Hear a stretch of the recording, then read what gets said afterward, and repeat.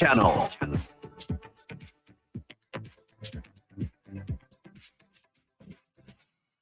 Hello everyone, it is me, Andrew. You are listening to the Ibrox channel podcast. I hope you're all doing well and fine, and I would say dandy, but yeah, we don't want to talk about the dandies at the minute, do we? But yeah, I hope you're all doing well. Yeah, a bit of a mixed bag from our past couple of games. Obviously, I'll go through the Lyon game first, and then we'll talk about St Johnstone at a weird kickoff at Ibrox last night on Sunday. So I'm recording this on Monday afternoon, and of course, it is now. We're going into the international break because, of course, there's only been a couple of weeks since the last one, so we've got to have another one, don't we? Do you know what? Do you guys all feel the same? I am a Scotland fan. Now, I know that not everybody in the Rangers support is, and I understand the reasons for it. That's fine. Some people support England, some people support Northern Ireland and other teams. That's fine. I grew up in Glasgow, so I've always kind of followed the Scotland national team, and absolutely loved it under Walter Smith. But I just have no interest in the Nations League. I really don't, and it's just watching Scotland, even though they have been qualifying for tournaments, is a bit of a misery at the minute. So, yeah, it's international football like this, the Nations League. I don't think it'll ever properly catch on. And I think that's the same for even people in England that do support England. I think they're not too bothered with it. Just get back to the club football. It's only started. We're only 7 games in. But, hey, what do I know? Football's all about money these days. But, yeah, so let's open some old wounds. I say old wounds, they're still fresh. So let's get some PTSD and look at our match day 2 Europa League fixture at home to Lyon. So obviously I did a bit of a preview pod last week. I did mention that Lacazette is probably one of the biggest danger men for Lyon. Well, we'll get into the actual danger men. I think that whole front three just tore us apart, didn't they? But yeah, so obviously going into that game, I was, I'll be honest, pretty confident of a Rangers win. I actually thought we would win. And I know that people, that maybe aren't necessarily Rangers fans would look at that and say, how can you say that? They've spent about 120 million euros in the summer. Yes, they might be 11th in their league, but, on paper, they should wipe the floor with you. But we all know what Rangers are like at home, don't we? We all know what Rangers can do. So it is one of those, we kind of defy the odds a lot of the time in Europe. We do overachieve, I would say, in Europe. And I say overachieve. It's like a yes and a no. We are a big European club. We should be doing, we should be playing these teams and, pulling off results, so to speak. Because, you look back to the 90s when we had such a dominant side in Scotland and probably at times one of the best teams in Britain, especially when we beat Leeds at Elland Road. But we never really achieved it in Europe, did we? We really did struggle with Europe. In the late 90s, under Advocat, of course, we got some great famous results. PSG, of course, being one, and, among others. But yeah, this is only really something we've been used to in recent years. Obviously, we've had little, obviously, had the run to Manchester in 08, and we've had some great Champions League nights under Walter, really defensive, good performances. We all remember Barcelona, the 0-0 draw at Ibrox, which, I think was it Xavi at the time said it was the worst game of football ever. He really slated Rangers. But, sometimes you've got to do what you've got to do to, get a result in a game. But, yeah, in recent years, we've been a pretty strong force in Europa League. Now, I think we're all looking at 9 points as being a good amount of points to get to progress through. I would say after Christmas, but no, we're still playing group stage games after Christmas. That's something I'm going to have to get used to now. And I keep calling it group stage. No, it's the league games. Oh, God, I'll get used to it at some point. But so, yeah, Lyon, a team that, we have played a few times before. We've had some very, very mixed results against Lyon, of course. Last time around, of course, Gerrard's last game, we played Lyon. It was a 2-0 defeat at home, which was our second defeat in a row in the Europa League, which was insane to think that we'd get to the final that year after losing our first 2 games, but we did.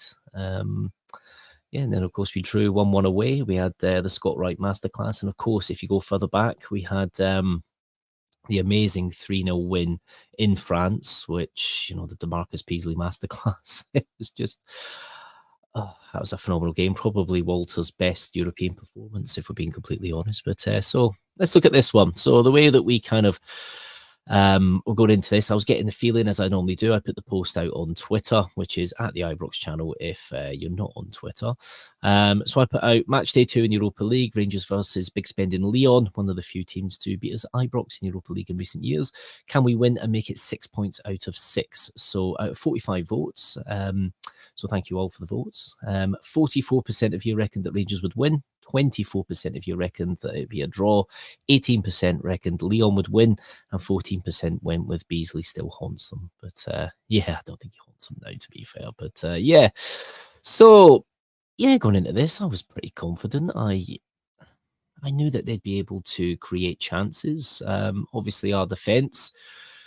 Do you know what? It depends. When you speak about our defence, it depends who you speak to. Some people say it's fantastic. Some people say it's a bit hairy. So, I think people are very mixed reviews on our defence at the minute. So our defence was nothing unexpected. It was James Tavernier starting, John Suter, Robin Proper and Hefty in the back line. Nothing unexpected there. The front two in front of them, Mohamed Diamandi and Conor Barron, again, expected. We had Vaclav Cerny out on the right, Tom Lawrence in that kind of number 10 role, and of course, Bajrami out on the left, and of course, the one and only Cyril Dessers up top. Now, looking at Lyon's kind of set up, they went with a 4-3-3, of course. They had Nemanja Matic in the middle, just behind Lacazette, Malik Fofana out on the right, and Rayan Cherki out on the left. They were kind of the real key players. Also, we'll get into Matic a little bit later on, because it wasn't really his night. Unfortunately, he did pick up an injury early on into the game. Now, game started. We started move the ball around at a fairly decent tempo, and 2 minutes in, Hefty, or Jefty, sorry, puts this cross kind of come shot into the box, goes across the face of the goal. I know it was kind of called a cross come shot, but I think it was more of a cross than anything. I think he just got a bit too much height on it. It looked like it was going to be a good ball, but it started to rise, and as it bent in, a little statement of intent. It shows that we were going to attack and be in their faces a little bit. And 3 minutes in, James Tavernier had a fantastic shot. Now, it was a proper cross ball to Cerny from the back area. It was a fantastic ball, and Cerny took it well. It was well timed. We've seen that a couple of times now from Proper. He's kind of doing that ball that Connor Goldson used to do. Cerny then lays it off to Tav. Tav cuts in and tries to square it. Nobody there. And Lyon try and clear, but it's an absolutely defensive mess as they smash the ball off each other, drops behind them. And Tav just all of a sudden is one-on-one with the keeper from a tight angle. He hits it. It's a decent save by Perry. As he hits it, it looks like it's going to go through his legs, but it just comes off his leg and back out. And when you see that first few minutes, you think this is going to be one of our usual kind of European games at home. We're going to just absolutely be in their faces. They're going to crumble a little bit, because, that's generally what happens. Teams seem to really struggle with the way we play in Europe, and, the way we kind of press them. And you know what? We haven't seen Tav do that for a long time, getting right into that kind of back post and, taking a shot. Personally, I don't think Tav did a lot wrong with the shot, but you just get that feeling a couple of years ago he would have buried that. And you do. You just do. You can't help but think it. Then, just a couple of minutes later, 6 minutes in, there was a great move starting from a Bajrami nutmeg, and the ball forward with Jefty, and it just breaks down a little bit, sadly. But again, we were showing intent. We were showing good vision to get forward. Sadly, just after that, we did have a break in play for some fireworks that were coming onto the pitch. So I think a UEFA fine's probably incoming for that.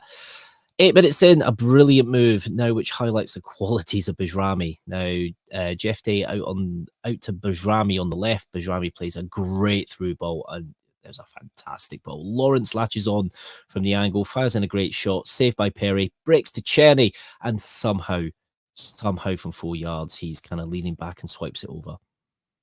You don't miss those, you really don't. Now, somehow he's missed 2 huge chances in 2 Europa League matches. Yeah, 2 in a row. Of course, we had the one the week before at Malmo where he's one-on-one and just puts it past the post. So this is twice where he's had essentially anywhere to pick in the goal, and he's put it either wide or over. That's a frustrating one, because, fair enough, if you get it on target and the keeper pulls off a save somehow, then, okay, the keeper's pulled off a save, but it was criminal. It was criminal. But Yeah, we were dominating. We really were. We were looking good. I felt the goal was coming for us. Lyon always looking to break, though, and that is what they did. 9 minutes in, Lyon with some nice tight interchanging play outside our box. Cuts us open. Lacazette has space, rattles the ball towards goal. Butland is equal to it. You know, that was the wee warning there about what Lyon can do. And then it was literally a minute later, 1 minute later, 10 minutes in, Lyon's goal, kind of all created by Cerny, comes forward from the right, cuts in and sends Jeff Day for a hot dog, keeps going, plays a 1-2 with Lacazette, opens us up. Diamandi is sliding in, trying to get something on the ball, but to no avail. Goes out to Fofana, who curls in the opener. He almost took it like it was a dead ball free kick. He just took it and then just hit it. 1-0, we were completely opened up with tight control play. And that's something we saw a lot of later on in the game. It was a good finish, but frustratingly, you know, you think your defenders have got to get something on that and try and just force the ball away, which we didn't do. So we were up against it. Up against it. We had the best part of the play. We had a few chances, gilt edge chances, didn't put them away. Lyon take their chance, go ahead. So it was down to us then. Now, 4 minutes later, we get our goal. And that's something we've seen a few times from this season, kind of almost an instant response. Not in every game, but you know, we've seen it a couple of times. Now, it started with Barron out to Bajrami, quickly lays it out to Jeff Day. Great ball in, brought down by Bajrami, but the ball bounces up. And it becomes a little bit of a defensive nightmare for Lyon because it's headed back to the keeper by the Lyon defence. Dessers is on top of the keeper, putting him under pressure, stops the keeper smothering the ball, and Lawrence runs up and just buries it. Forced it in for an instant response. Now, I thought it was going to be brought back for a free kick, if I'm being honest, on the keeper due to them. You know, keepers are protected species, aren't they? You know, I'm a goalkeeper when I do play at times, and well, I play various positions, but you know, I'm more known for being a goalkeeper. And yeah, I'd be screaming for that if I was a keeper, and understandably so, because keepers are protected species. But you know what? I thought it was going to go to VAR. VAR clearly must have had a look and thought, no, it's fine. 1-1, game on. Frustratingly, it did look like Lawrence overstretched while scoring it. He did seem to tweak his hamstring. Yeah, frustrating one for Tom Lawrence, who's really actually hitting form now. I really had some serious doubts about Tom Lawrence, but he's really proved me wrong. He's proved a few others wrong as well. So you can see why Clement had been persevering with him. You really can, you know. Well, that's why I don't manage Rangers, I guess. But yeah, so 1-1, game on. Or so we thought. Under no pressure, Proper plays a short pass to Barron, who previously looked up and saw Suter. So when he receives the ball, he plays it first time. He doesn't get enough on it, and it's played straight through to Fofana. He's got Suter in front of him. He's trying to force him wide. However, he's still running at Suter. Proper, who was running with Lacazette, just then leaves Lacazette, which is a bit of a frustrating one, runs over to the ball. At this point, there's now 3 Rangers players on Fofana. Lacazette's completely open and just waiting for the pass, which he duly gets. Side foots it first time and it's 2-1. Proper's a little bit unlucky as he's sliding in as Lacazette is taking the shot. He guessed the area he was hitting the ball to, and he hit it. He guessed the area well, but somehow the ball just kind of bounces up and over Robin and just finds the net uninterrupted. 2-1. A poor goal to lose. Now, as much as Barron was at fault for giving the ball away, I still think we could have done better with the recovery. I've really got to be honest. I think we should have recovered it better. And especially Proper. He's got Lacazette behind him. He knows Lacazette's there. And he opts to go to the ball. I know sometimes that can be a bit instinctive, but you know, there were 2 players. There was 1 player already there, John Suter, and somebody else who's running there. Just stay with Lacazette. Stay with Lacazette and just make sure they don't get the shot away. I think that was poor from Proper there. As much as Barron, and don't get me wrong, Barron is at fault. And he is. He really was at fault for that. But, you know, we still had, we still should have been able to recover from that. Now, 2-1 down at this point, you do look at the game and you think, do you know what, this could end up 4-4 because the Lyon defence wasn't looking great. Our defence was not looking great at all. And it was 90 minutes in 2-1. You know, if you're a neutral, that's the kind of game you want to watch. Now, as I've been talking about there, of course, Proper did get sucked in towards the ball. And you know what, the whole thing was recoverable. But we kind of got our rhythm back a little bit. A couple of minutes later, good move from Rangers from a slack Lyon ball. Diamandi wins it, plays it to Lawrence, who gives it back to him. Bursts into the box, but frustratingly, it just goes out of play. You know, again, we're signaling a bit of intent. 31 minutes in, we move forward and we're trying to drag ourselves back into the game. Diamandi loses it and Lyon break through Fofana. This is where they're absolutely dangerous.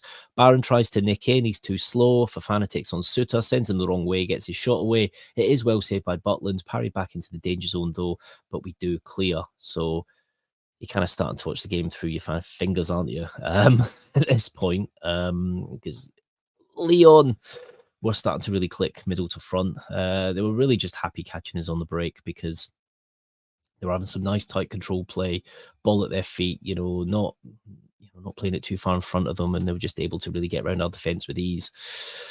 And game gets towards half time. You're looking to get in 2-1 down at half time, and kind of regroup, and Lyon make it 3 with a peach, absolute peach.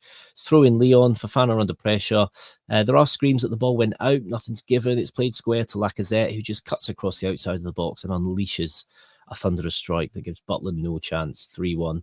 You know what? It looked like it was hit by the hammer himself, Jorg Alberts. That was the camera replay struggled to keep up with the ball, watching it going in the back of the net. No keeper does anything with that.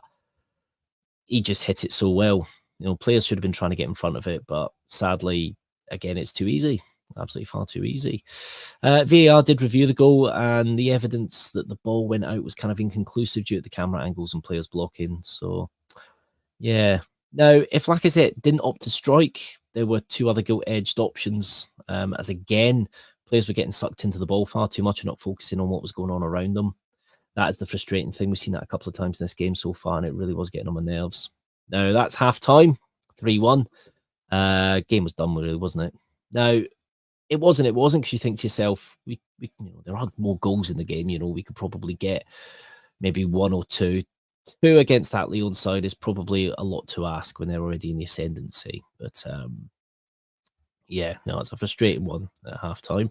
Obviously, in that first half, Nemanja Matic went off 28 minutes in. He did pick up an injury, and Cascaret came on for him. And just before halftime as well, Clinton Mata came off for Nikahate as well for Lyon, and then they didn't leave their other substitutions till much later. We did make a change at halftime. Tom Lawrence did come off. He was struggling. You could see he had been struggling. Still putting in a bit of a decent performance, but he was struggling, and it's best to take him off. And we opted for the most logical substitution, Kieran Dowell. You want to get back into a game. No disrespect to Kieran Dowell. He did hit a doozy of a shot later on in the second half, but I've not seen enough from Dowell to kind of warrant a start in this game. But again, I'm not the manager, and clearly he sees something. So, all right, fair enough. Anyway, second half. Again, we're kind of feeling each other out at the start of the second half. We're trying to press forward. They're trying to press forward as well. But then 55 minutes in, Lyon just killed the game. Lyon just have that quality on the ball. They're able to move the ball around, just make it look easy. Ball played to Cerny from the right wing. He's at the edge of the box, cuts in, sends Barron the wrong way, goes to the byline. It's just played across the byline to the on-running Fofana. He beats Tav and just slams it home. May have looked bad on Tav, but I've got to be honest, I don't think he could have done a lot there, really. If he goes to the ball, he probably puts it in the net because of the way he is with the ball, the way he's facing. He can't exactly just boot it clear. It just won't work. So, yeah, 4-1. Job done for Lyon. Now, we did make a good few subs around the hour mark. It did actually shore us up a little bit. Well, shore us up a bit. But granted, the damage was done. Tav did come off. That was kind of a bit of a big statement from the manager, but it was warranted. He does need rest, and he's still not fully the Tav that we're used to seeing. Casemiro came on, and you know what? He does look a good player, doesn't he? He really does. He was unlucky with a couple of chances as well, and we really did look much stronger. Now, again, it's hard to really get an idea on, what did the subs work for us? Game was done at that point. So, Lyon are probably looking at just making sure that the scoreline stays the same, if we're being honest. But, yeah, so... there was a few kind of half chances either way. Dowell had a great shot, which was saved well by the keeper, Lucas Perry. And that was kind of it, really. There was a couple of half chances. But, you look at the way the game finished, Both teams had equal possession, 50-50. Shots on target, 7 for Lyon, 6 for Rangers. Off target, 4 for Lyon, 5 for Rangers. Corner kicks, we had 3, they had 2.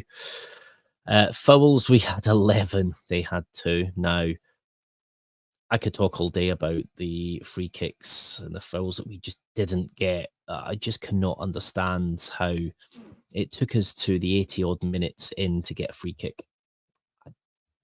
You saw so many of the kind of what was happening in the game, and Lyon players were going down very easily and very early, trying to break up the game. And of course, I can't really blame them for that, because once the ref is blowing for every time you go down, you are going to go down, aren't you? It's one of those things. But I thought it was very poor from the official.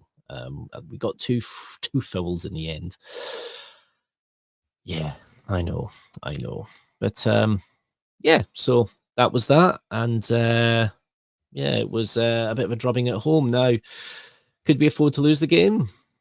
You can never really afford to lose a game, can you? But yes, we've got other fixtures. We've got 3 points out of 6. Granted, the home game, you're hoping to take points, but that was a difficult team to play. I know we've taken points off them before, mainly away. I don't think that's the weird thing. You look at the games away. We beat them 3-0 away and drew 1-1. At Ibrox, they just seem to beat us. And, we've only lost about 7 or 8 games in recent years. Over, God, I can't remember the period, but it must be 10, 15 years or something. Somebody will have to correct me on that if I'm wrong. I'm just going off the top of my head, but that's an incredible stat considering the teams we have played. Teams that are much better than Rangers, especially on paper anyway. But yeah, so that was it, 4-1. Sadly. A Rangers podcast. This is the Ibrox channel. Right, so it is now time to chat St Johnstone. So, of course, we had the late kickoff on Sunday evening, the 8 p.m. kickoff, which did seem like an absolutely cruel kickoff time on a Sunday night, especially when kids have got school the next day, people got work the next day. There's no transport links whatsoever, bar a few extra buses that have been put on. Yeah, you knew it wasn't going to be a packed out Ibrox. But yeah, of course, there were things happening in the city. Of course, you had the Great Scottish Run, which Big Scotty took part in from the Rangers Journal. So well done, Scotty. You managed to complete that. It's a grueler. It's a grueler. You got a few hills there in Glasgow, so it's an absolute grueler. So well done, Scotty. You've done yourself proud there, mate. But yeah, so lots going on in Glasgow, hence the 8 o'clock kickoff. Plus, it is on Premier Sports. It was on Premier Sports last night. So, of course, Premier Sports always tend to have weird kickoff times, don't they? I think they try and squeeze in other games from other parts of Europe as well and try and have a bit of a Super Sunday. I think they had the Real Betis Sevilla game, I think they had on before it. So, yeah, that kind of all worked for their schedule, I guess. So, as usual, I did ask the question in the morning just to get the general feeling of people and how they reckon it would go. So I had 62 votes. 73% reckoned that Rangers would win. 13% reckoned it would be a draw. 3% reckoned St Johnstone will win. And 11% went for will Hadji feature. So, of course, Hadji did feature, and we'll certainly get into that a little bit later on. But yeah, so it was never going to be the most enthralling game, but I have to be honest, I don't think it was the worst. I really don't. Now, we went with a couple of changes in the team. So we had McCausland out on the left. I'll read through the team. So, of course, Butler in goal, James Tavernier, John Suter, Robin Proper, and Jeff Day in the back four. Mohamed Diamande and Nicholas Raskan was just the two in front. We had Vaclav Cerny on the right, Bajrami in the number 10, which there was a big rumour flying around that he would be in the number 10, so that was good to see. And we had Ross McCausland out on the left, switching flanks. And, of course, Cyril Dessers, CD9 up top. Now, St Johnstone kind of went with a 4-4-1-1. So they had Raymond, Saunders, Nielsen, Essel in the back four. They had Kirk, Sprangler, Smith, and Wright in front. And then they had Nicky Clark sitting in behind Kimpioka, who was going to be, we all knew he was going to be the kind of main threat for St Johnstone's. Always kind of caused us troubles in the past. Main outlet there. So game started. We had a fairly good bit of control of the ball. 8 minutes in, we have a corner. Tav punts it in. Dessers peels away from his marker Sprangler, and it's a free header over the bar. Now, when I saw it live, I thought, oh, you know what? I think with that one, I think Dessers just couldn't get the timing right because it's a dipping ball. It's not like it's a ball that's whipped in that you've just got to put your head on it just to exit into the net. It's kind of coming down, and he's got to kind of then get power on it to head it into the net, and he's got to get the timing right, because with those ones you can header them over the bar more likely, and sadly that is what happened. Some people say he should have buried it as a strike. Any striker would finish it. I'll be honest, I'm not sure. I think I'm a bit 50-50 with that one. Dessers will rightly get a bit of criticism later on in the game, but I think this one, I don't know. I think that was quite a difficult one, just the way the ball was dipping. I do think. 18 minutes in, James Tavernier, it looked like he had opened the scoring, but he had a free kick, but it went over the bar. I actually thought he hit the back of the net originally, but yeah, that wasn't to be. 20 minutes in, we have a good move down the right out to Bajrami. He cuts in and plays the ball across the face of goal. It's cleared. Bajrami always makes us look dangerous when we break. Saints then break from that, but it doesn't come to anything now. Bajrami, I'll be honest with you, in the first half, he was a little quieter than usual, but I think that is to be expected. Game after a European defeat. Yeah, we haven't flown back from Europe or anywhere, but, having a game straight after a European defeat, where we've kind of had to, put in a lot of work, you are going to be tired. It is expected. You do get, the European hangover, as it's known as. It is a thing. And I think that's why Bajrami looked a little flatter in that first half, which is a shame because he was in the number 10 role, which, is always good to see. We've always kind of wanted to see him there, see what he can do. 21 minutes in, free kick to Saints in midfield. It's a quick free kick to Kim Pioka in the box. He tries to go to the byline, but Raskin reads him well, and it's cleared. And you know what? I'll talk about Raskin. I think he had a very solid performance yesterday. I think we're starting to see a bit more of that original Raskin that we saw when he came to Rangers. I thought he was very good. I did think he was. I don't get me wrong, it wasn't exceptional, but he did have a fairly good game. Now, 22 minutes in, and it is a yellow card for Ryan Assel. He pulls McCausland back. It's one of those kind of, I guess you'd call it a professional foul. He's tried to nip in there a couple of times to get the ball off McCausland. No, he's not getting it. Rangers are breaking, so he just pulls him back. Yeah, it's one of them. You take the yellow card. 24 minutes in, a corner in from Tav. Dessers is having his shirt pulled by Assel, and the crowd are making a lot of noise. Nothing's given, no review. Ball played around the area, and Saints defenders are putting their lives on the line. And Tav gets a volley away, but it's past the post. Now, I've got to be honest with you, we've seen so much over the years in regards to shirt pulling and penalties in the box. It is an obvious shirt pull. It should have been reviewed, I think, personally. And you know what? I think that could have been a penalty. Now, it is Assel that's doing it as well, so he's already on a yellow card. He would have got a second yellow, I imagine, and they would have been down to 10 men, and we would have likely had a penalty. Those pesky Masons, eh? Now, I know the interpretation of, there seems to be a whole thing about shirt pulls. Some referees will blow straight away, some don't. I know you'll always get shirt pulling, but that type of shirt pull, yeah, the penalties are given for that. So, why not for that one? And didn't really seem, they spoke about it a little bit on Premier Sports, but there's not really been much about it, has there? I don't know. So, yeah, it was kind of all of us in the first half. No real gilt-edged chance, bar the Dessers header. We weren't terrible by any stretch of the imagination. I've seen very turgid games at Ibrox, and it wasn't quite at that level. I know some people might say it was. For me, I don't think it was that bad. And then Cerny gets us going with a great goal. And you know what? It's been a difficult few games for Cerny. Of course, he spoke in a press conference, of course, after the game, and he spoke about, he was very honest and open, and kind of spoke about, things are going on in his life. He's got a newborn child. He's trying to settle in Scotland, and I have big respect for him. He's had to delete his social media over, some comments and stuff, and which is sad. I think sometimes we are too quick to write off players, and it's a shame because you look at footballers, they are human too. Footballers shouldn't be getting the abuse that they do.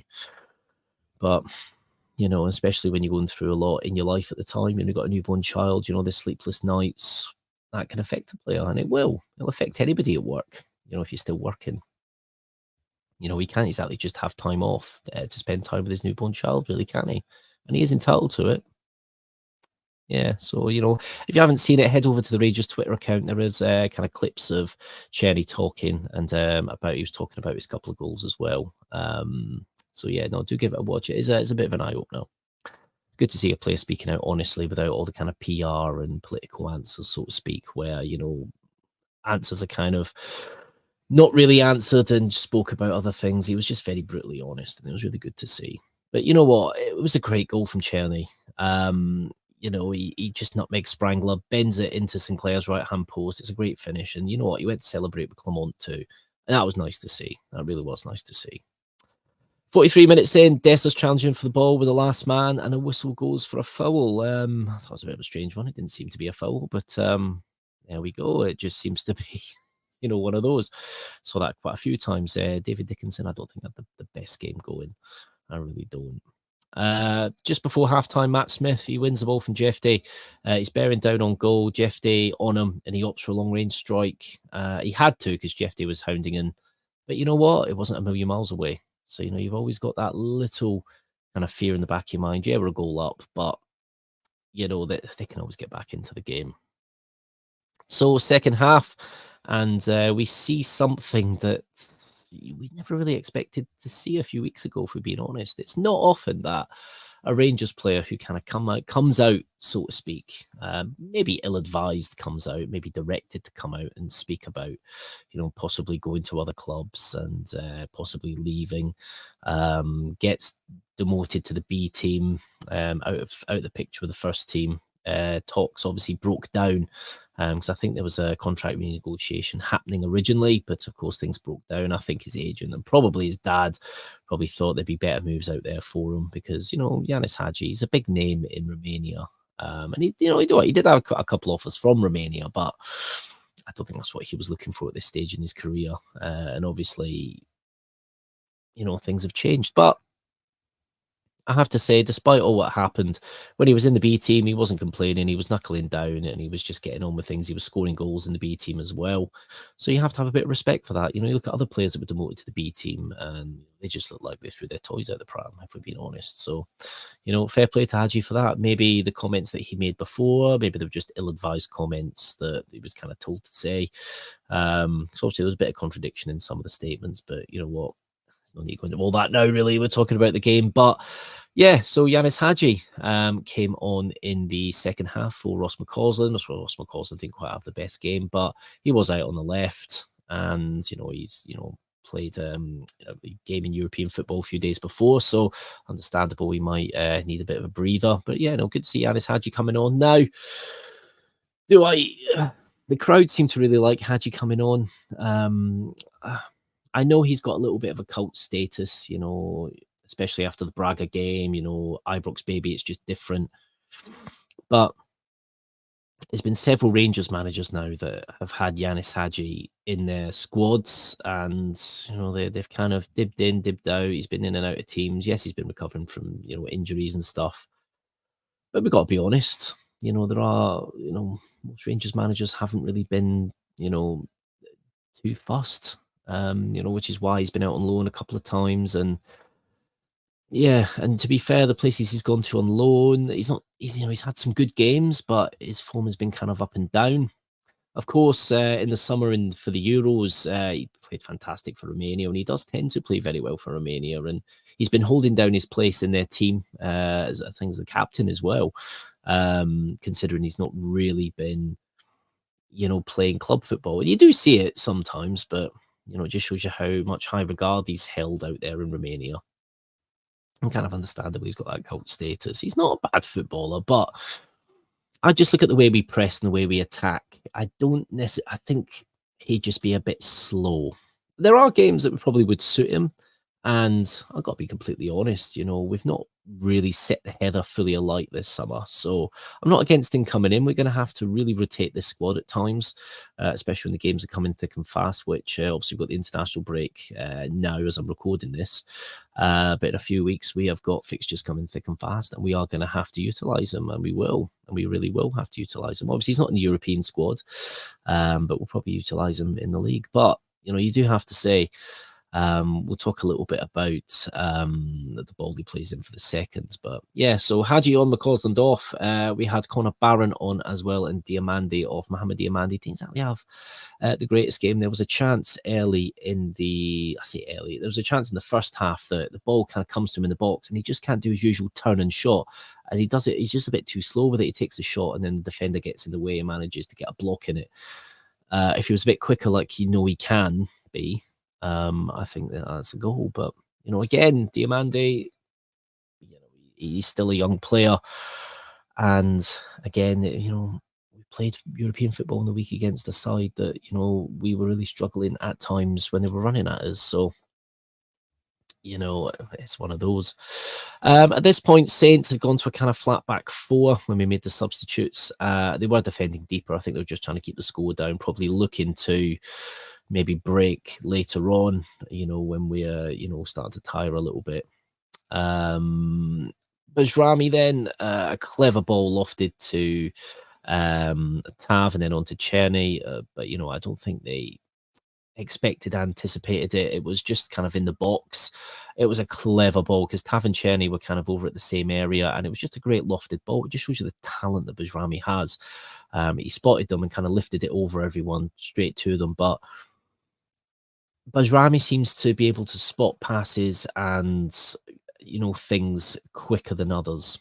And this is something I've noticed over the past couple of games. Like some of the balls he was playing against Lyon, and I said this, and I got a lot of basically, well, I got a lot of green and grey fans laughing when I said it, but Bajrami in the Lyon game at times was on par with a lot of them Lyon players, and he was a class above what we had. And he was playing some fantastic defense splitting balls, but we just didn't have the players to be able to take advantage. The players were just too slow in realizing what was happening by the time the ball was played. And there was a lot of that. And you saw a little bit of this tonight. I know we were playing St. Johnstone, but you could see that he's looking up. He knows that ball's going before he's hit it. And the rest of the team aren't really reading that per se. Now, we obviously have some issues with the team. I think, I can see what Luke Clement's trying to do, with the type of press that he's got. And he wants this kind of really good kind of, I guess you'd call it a total football kind of thing being played. But personally, as it stands, I don't think we fully have the players for that. I got to be honest, I just don't think we fully have the players for that at the minute. Things might improve, but I think we're trying to do something that we just don't have the team for at the minute.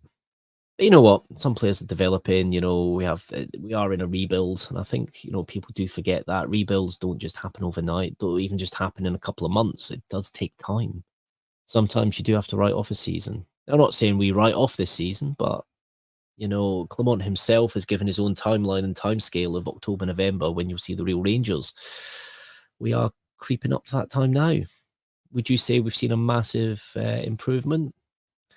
I think we've seen an improvement, especially when we look at games like the Malmo game. But I don't think Malmo are the great shakes that we almost feel that they are, because we've always played Malmo early in the seasons when we're not quite ready. We always take a bit of time to get going, and all the times that Malmo have beaten us, they've never looked a class above, have they? They've taken their opportunities when they've come along, and that's it, really.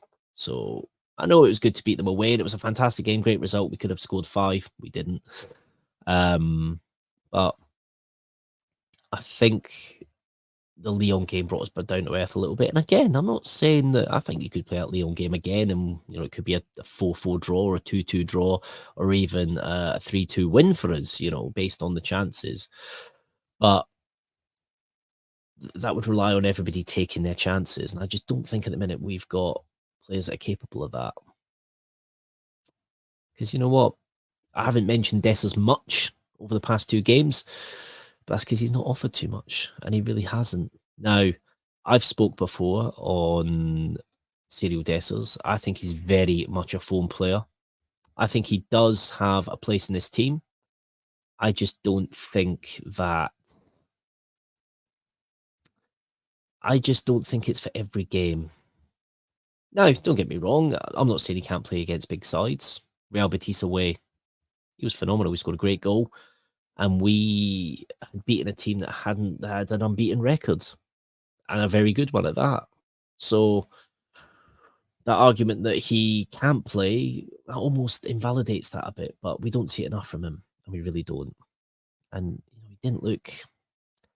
There was a few times, obviously, the header in the first half, and in the second half, I will get to in just a second. I'll go into that, but yeah. So I think it was about 53 minutes in. We have another great break. A great ball to Dessers in the box. He's just basically got to let it run in front of him and then hit it. The ball just kind of clips off his heel, and just Saints pick it up. That is poor. I'm sorry, from a striker, you got to judge that better. Now, it can happen, but the problem is it's happening far too much with Dessers. And don't get me wrong, if he scores next game against Kilmarnock, he'll probably go on a wee run of scoring goals. He probably will. But yeah, when he's in these little bits, goals just struggle to come. Now, obviously, we won this game with 2 great goals from Cerny.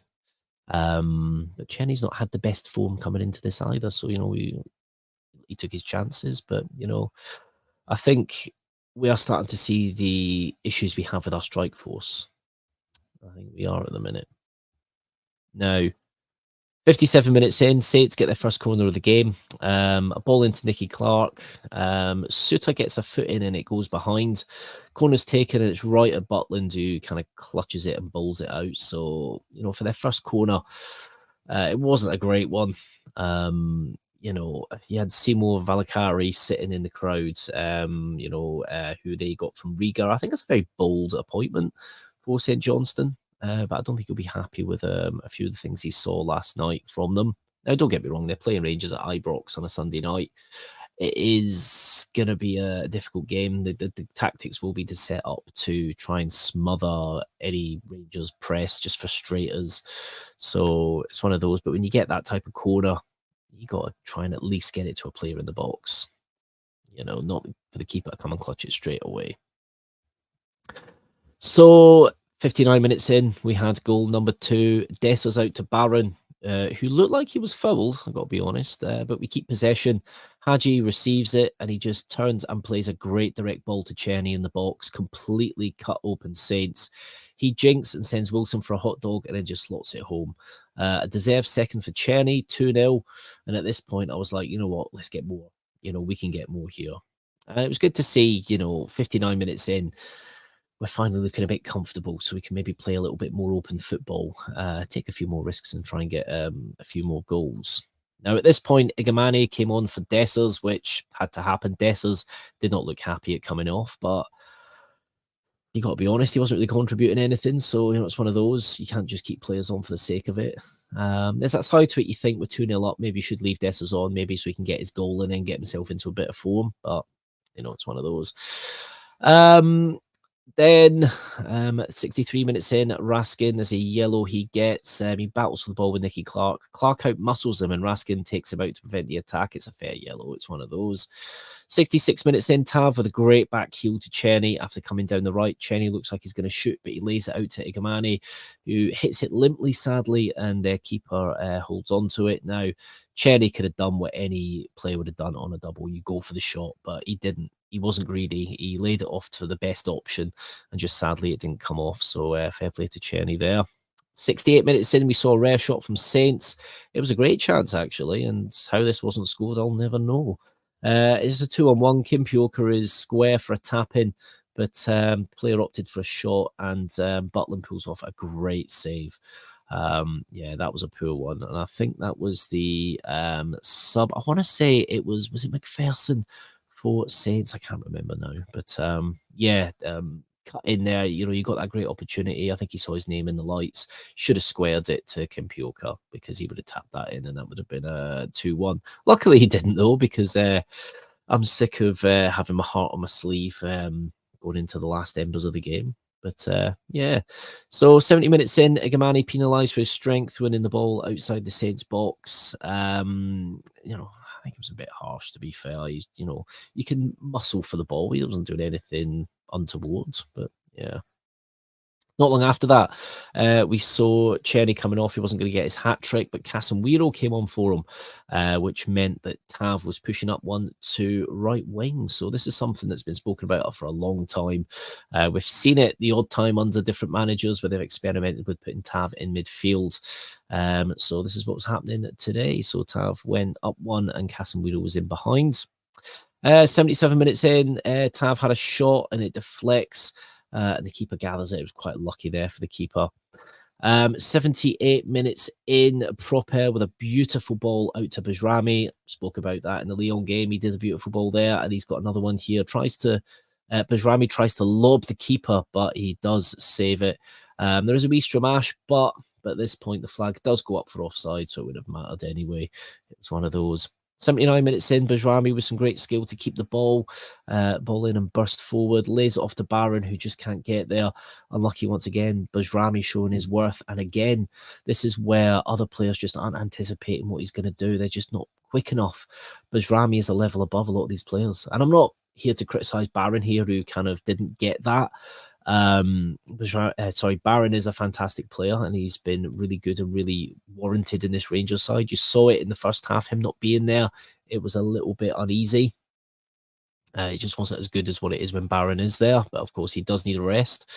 And Bajrami keeping that ball in, he's so quick and nimble with his feet and he's a fantastic player. I think at times he could run around half the team, half the opposition and put a ball in. He's just fantastic, but some of our players in the team do need to start anticipating what he's doing more.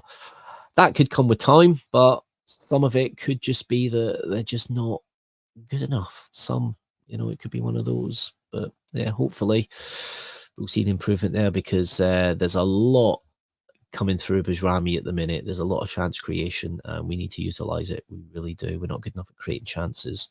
So yeah. 79 minutes in, so just after Bajrami did that, Haji seems to go in with a late challenge on Kimpioka. Now, I didn't see too much at first. First replay didn't look bad, but then you see the other angle that you saw when they were reviewing VAR, and yeah, no complaints. It's a frustrating one for Giannis. He's just managed to get his way back into this Rangers team. And, when you see players go into the B team and, it's, not necessarily the contract situation is quite a rare one, but when you see players going into that B team and, after comments and stuff, they're never playing for Rangers again. So it's kind of fantastic. He's got this second chance. I don't know if it's just the over exuberance that he's back in the team and he's just trying to do more. He had a great assist, but he's gone in for a bad challenge. It's very late. Obviously, there's no intention from him, but it is very late. He's not played for us for 14 months, and this is in midfield. This isn't exactly last man in the box stuff. Yeah, and it was obviously the red card came from VAR, so he's probably missing a couple of games. We could appeal it, but I've got to be honest, appealing it, you probably lose a game or two extra if we lose it because it is quite open and shut. VAR have been right. The referee's been right, dishing out the red. The studs are on the leg.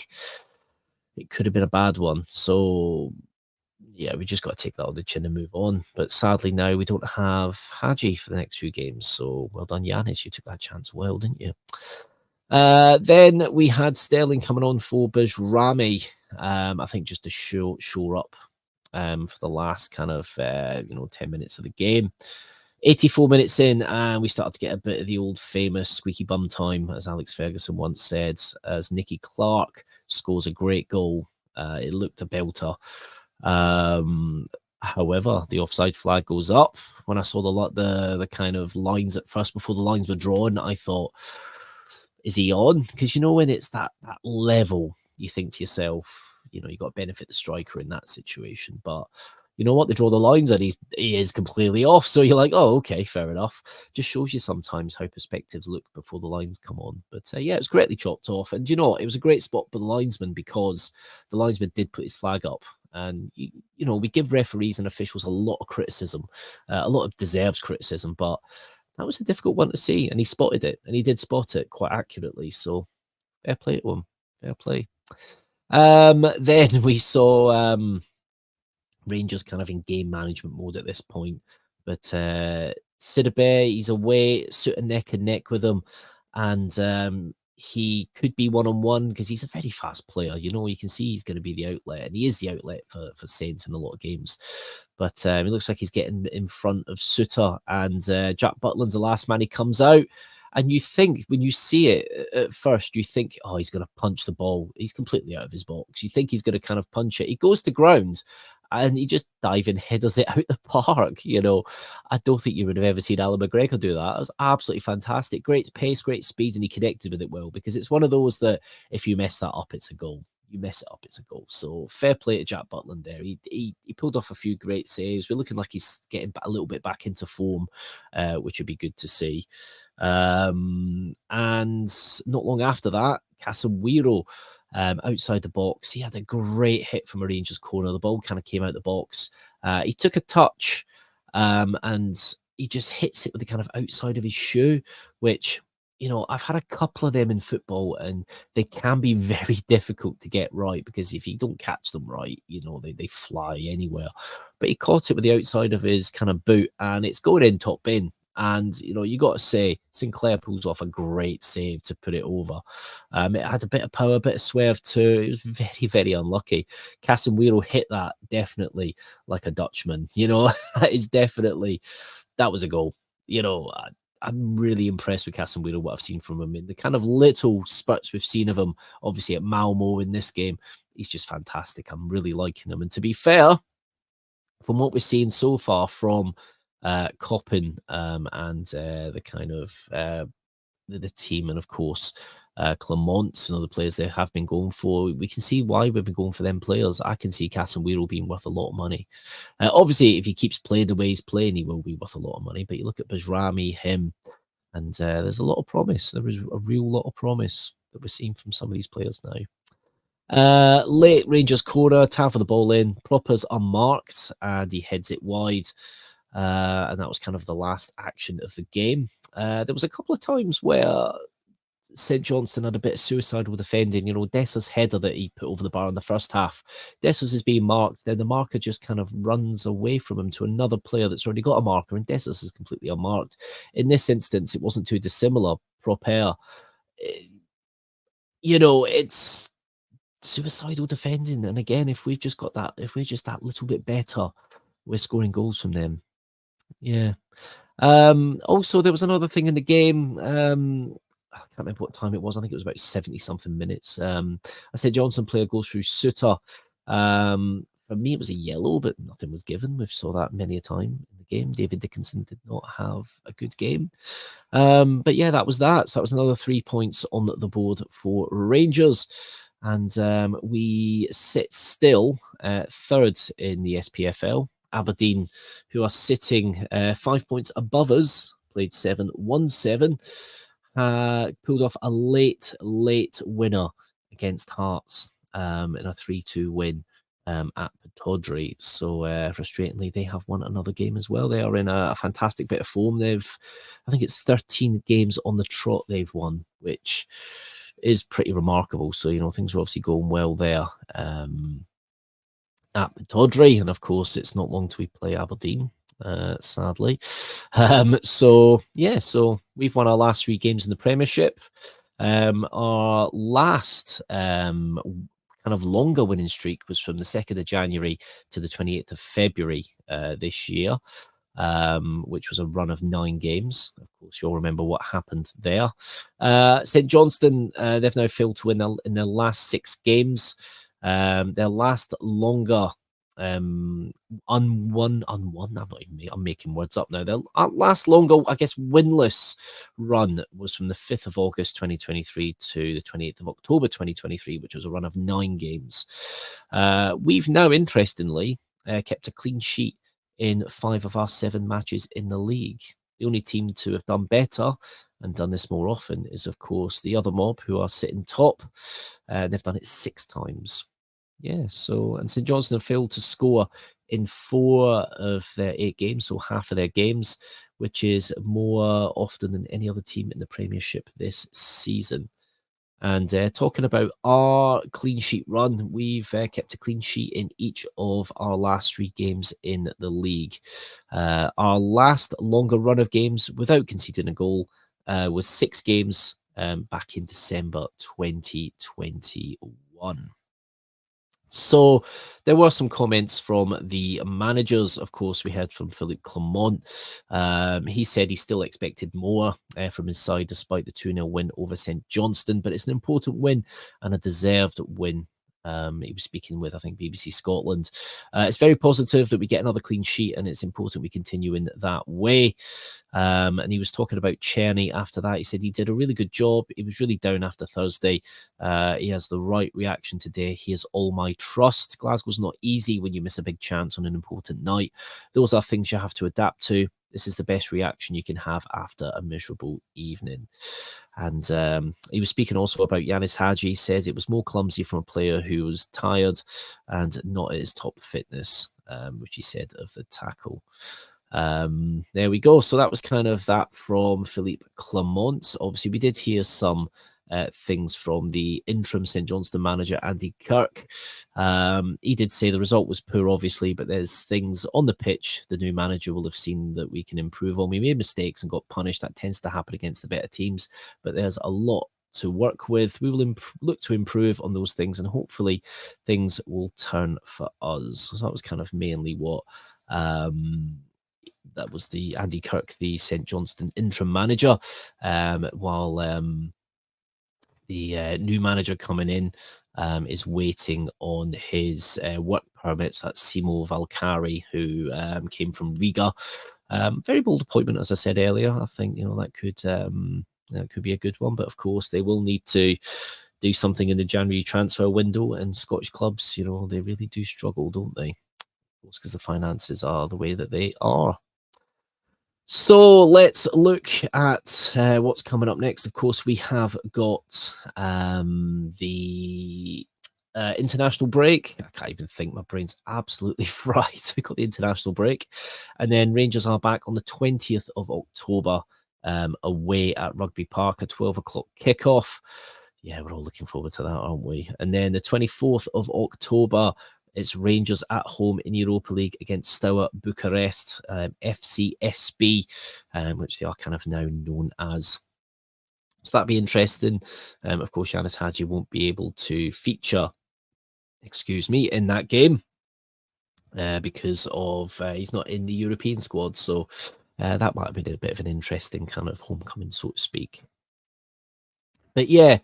So obviously we're sitting 3rd in the table. We are still 5 points behind Aberdeen. And of course, the other mob who managed to get a last-minute late winner against Ross County. We see it year after year, week after week, time after time. If they're not beating teams 6-0, they're beating them in the last minutes. It's something that's ingrained, which is good for them. And it really is. It's something we do at the odd time, but we just don't have enough of that. We really don't. And it's sad to see. We need to grow as a team and we need to have that kind of mentality. So all the televised games will be on at RFCSA London, the London branch. You can find them on Twitter at RFCSA_LB. It's just there on the screen for you. I'm hoping to have Harvey on the pod. Hopefully, I'll speak to him so I can get him on next week because he has some good opinion and he'll let us know what's going on down at the London branch. So let's roll the trailer. There is a place in London town